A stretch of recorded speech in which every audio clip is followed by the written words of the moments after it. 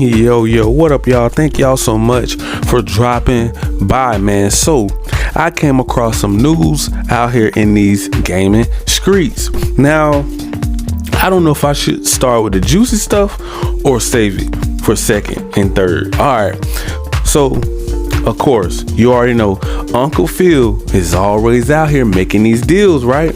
So now he did a deal with these folks, I'm assuming it's like cloud gaming. It got something to do with cloud gaming. So that's a new deal that they're going to be bringing more PC games to the cloud. Then on top of that, they got 40 new countries are about to get PC Game Pass. Yo, that is huge. Right before Redfall drops out here in these gaming streets, man. Now that is crazy, bro. Like, I mean, they are making some really big moves this year. And if these fanboys and ponies and those Decepticons over there at Sony front office don't see the value that Xbox is bringing to the gaming community in a whole, I'm talking about not just console. That's what I'm saying, bro. I'm not talking about just console. I'm talking about cloud gaming, console, PC, mobile, television, Steam Deck. I'm talking about it. The list just goes on and on. Mobile. I'm talking about now they're bringing it to 40 new countries right before Redfall drops. Like when they said they had a new big announcements on the way, they were not playing. You know what I'm saying? So that is something that we all can look forward to. Now, do it ever stop? Does it ever stop with Jim Ryan? Like, is it ever going to stop? This guy have been waiting to get the spotlight for a very long time. I guess people love bad news or just like to be in so much drama and toxic media because they just eat it up like it's hotcakes. You know what I'm saying? So every time I turn around, Jim Ryan is in some more trouble, right? He's either lying, he's either crying, or he's flying. So I don't know what happened with this situation, but it's all down my timeline, bro. And I don't know what he tried to do, something with blocking the Call of Duty Activision Blizzard deal with some people that was trying to pretty much help sue Xbox and Microsoft. Like, so I'm thinking to myself, like, so Jim Ryan was trying to help random people sue Microsoft, Xbox because of the Call of Duty Activision Blizzard deal? And I'm like, what? Like, that don't even make and I'm thinking to myself, like, yo, just stop for a second and think. Sony is the market leader. What could you possibly be fearing from Xbox? You have all the AAA bangers you can ever desire. You've been doing all these little backdoor, greedy, grimy, shady, nasty deals, exclusive deals behind Xbox back and Nintendo and PC. You want to get all the marketing rights. You want to get all the DLCs and map packs first. Like, what else could Sony want? Like, y'all get everything. See, that's the problem. That is the problem right there. They are spoiled, entitled ponies. That's why the fan base, they act just like Jim Ryan. Like, you cannot be in the same room with a pony or fanboys for a long period of time. They are going to drive you crazy up the wall, man. I'm talking, they're delusional. They feel entitled. They don't feel like Xbox should have any exclusives. And talking about exclusives and timed exclusives, I don't think they're gonna like this right here, because come tomorrow, oh yeah, guess what, man? We got Tokyo Ghostwire dropping in the Game Pass, man. Now this right here, I've been waiting. I just been waiting to play this game. You know what I'm saying? Definitely wasn't going to play it on PS5. That was just out of the question. There's no way I'm finna go out of my way to buy a remake station, frame drop, overpriced plastic box that keeps breaking on everybody. There was just no way I was about to do that. You know what I'm saying? That was just no way I was about to go get ripped off by Jim Ryan and support him at all. Like I'm standing on that. Like, I'm not supporting this man. Like, so this right here is a banger. You already know from Bethesda, man. I'm pretty sure some of you guys have played it. Some of you guys may have not played it. But I do got a video, you know what I'm saying, that I'm gonna drop, man. And I really hope you guys enjoy it, man, because tomorrow, if you guys don't have a PS5 or you didn't have a PC or something like that to download this game and play it, but you can now, starting tomorrow, man. So I hope you guys really enjoy this video, man. And I always have so much fun with you guys, and I really appreciate all of the love, man. So I'm just about to drop the video in right now, man. Peace. Ghostwire has not one, but two protagonists. Akito is the lone corporeal survivor of the mysterious fog that turned Shibuya into a literal ghost town, and was in a bad place even before the spirits hit the fan. His sister in a nearby hospital, he's desperate to discover what's become of her, but now finds himself in an uneasy alliance with KK, a surly spirit out to settle a score with the Hanya mask-wearing madman responsible for the attack. This uneasy alliance, by the way, means literally fighting for control over the one body. I'll play along for now. Their initial angry clashes soon give way to a shared goal and growing understanding. Please, help Mari. And while I didn't find either character hugely relatable, their family-focused backstories helped ground the grandiose main plot. Plus, with KK along for the ride, Akito gains a host of supernatural powers, all the better to deal with the many unsettling visitors lurking on the streets. While Ghostwire is set in an open world, it doesn't start that way, with fog across the map that needs to be cleared, Torrygate by Torrygate. This is no bad thing, as the urban environment is incredibly dense, so steadily working through new sections of the city to reach and purify each gate meant that I got to see and appreciate the many sides of this game world.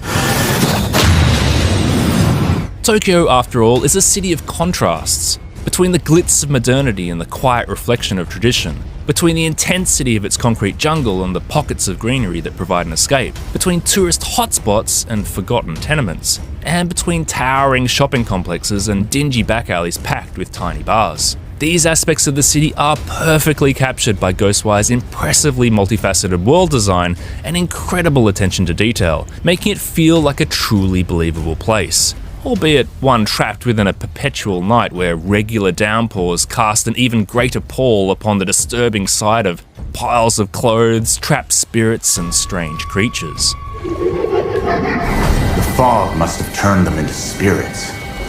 Let's see if we can't help out a little.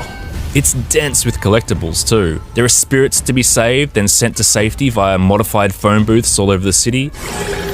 There are Jizzo statues that upgrade your elemental ammo capacity. Alright! Unique items that can be traded in for rewards. Wonder what this is. And the entire city also plays host to a tanuki hunt.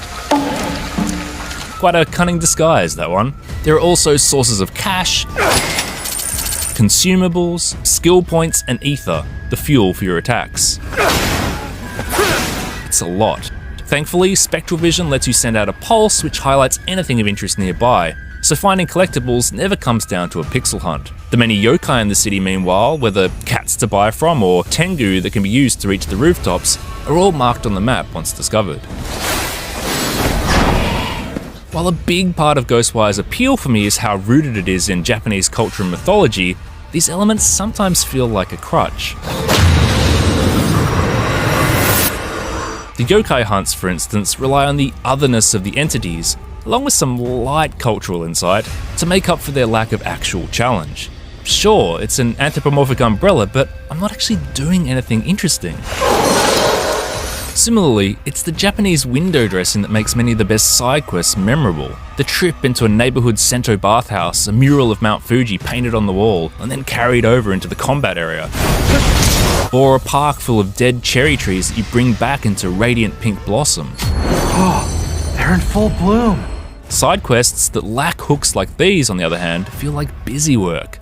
Finding toilet paper for a spectre that's on the crapper? Paper! Need paper! I mean, I guess we could chalk it up as a Prapper the Rapper reference. I need to go just as bad as you. What I had this morning, I don't even wanna say to you. But this kind of task brings into stark relief the fact that I really should be focused on the madman planning on consuming thousands of souls in some kind of epic dark ritual, and not on the most trivial of fetch quests. You've wiped enough! It doesn't help that there's limited ability to sell these small stories too, due to the fact that the NPCs are ethereal spirits with comically pitch-shifted voices who are minimally animated and have no discernible facial expressions. What's wrong? I can't find my mommy. It's hardly a storyteller's dream. And again, it's compounded by the rote simplicity of the tasks themselves. Don't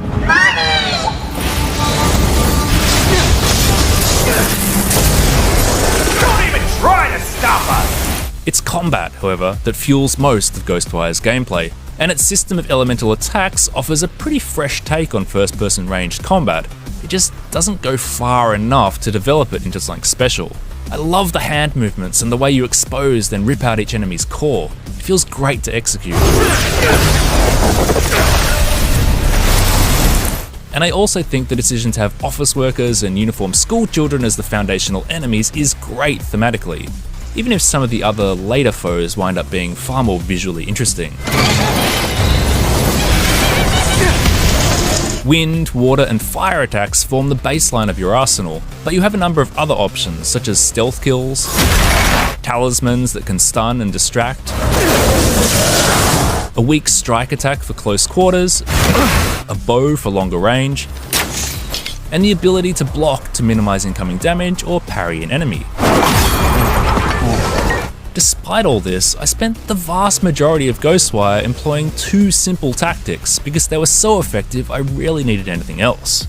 The first was to quick purge absolutely everything. The visitors are about as basic an enemy as you'll find in a modern video game, which makes sneaking up behind them laughably simple most of the time.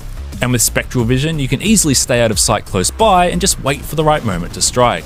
Taking out enemy after enemy this way is definitely satisfying initially, helped in no small part by the fantastic purge animations and sound effects, but it's ultimately very one-dimensional, as my approach didn't need to change significantly even as new enemies or fresh variants of old ones were introduced. All but a couple of the most powerful overworld enemies can be insta-killed, and once I realised how powerful stealth was, I geared myself up for it and sunk skill points into making it even more efficient. And when I was detected, or stealth wasn't an option, well, there's always the BFG. No, not that BFG. Or the OG BFG. I'm talking about the big fireball grenade, my other solution to every problem. Thanks to the rudimentary enemy AI, I could just back up while charging it, and all the visitors would basically line up to be dealt with. Like stealth kills, this one tactic of creating space and then shooting your biggest gun can be applied to almost every situation, regardless of the enemy makeup, resulting in another one-dimensional, one-size-fits-all combat strategy. And for a game that likes to play tricks on your mind during story missions, it's a shame Ghostwire doesn't do more of that during its moment-to-moment gameplay in the overworld. Touches like this really helped enrich the atmosphere, and I'd have loved to see more visitors and environments that had that simmering psychological uncertainty. And as for the main story itself, at its heart this is a game about the growing openness between Akito and KK, and in turn their quests to be at peace with the lives they've lived. Neither of us has much choice. The importance of family is a recurring theme in both the heroes' stories and the villains, and while I appreciate many aspects of it, the resolution of Akito's inner turmoil in particular missed the mark for me somewhat. You don't get it! Similarly, the villain's messianic zeal and theatrically grand plan means he's never more than a cartoonish big bad, so ultimately boiled down to being just another obstacle to overcome instead of a truly memorable character. Now stand aside.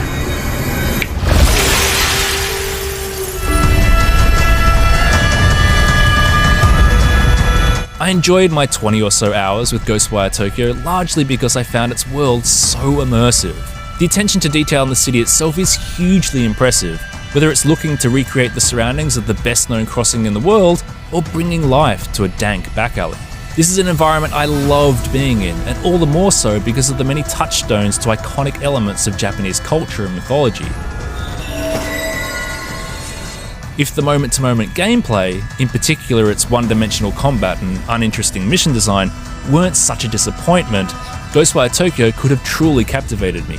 As it stands, the merely adequate stealth and action do nothing to add to the fantastic setting, but they don't diminish its brilliance either. For more reviews, check out our verdict on Tunic and Triangle Strategy, and for everything else, stick with IGN.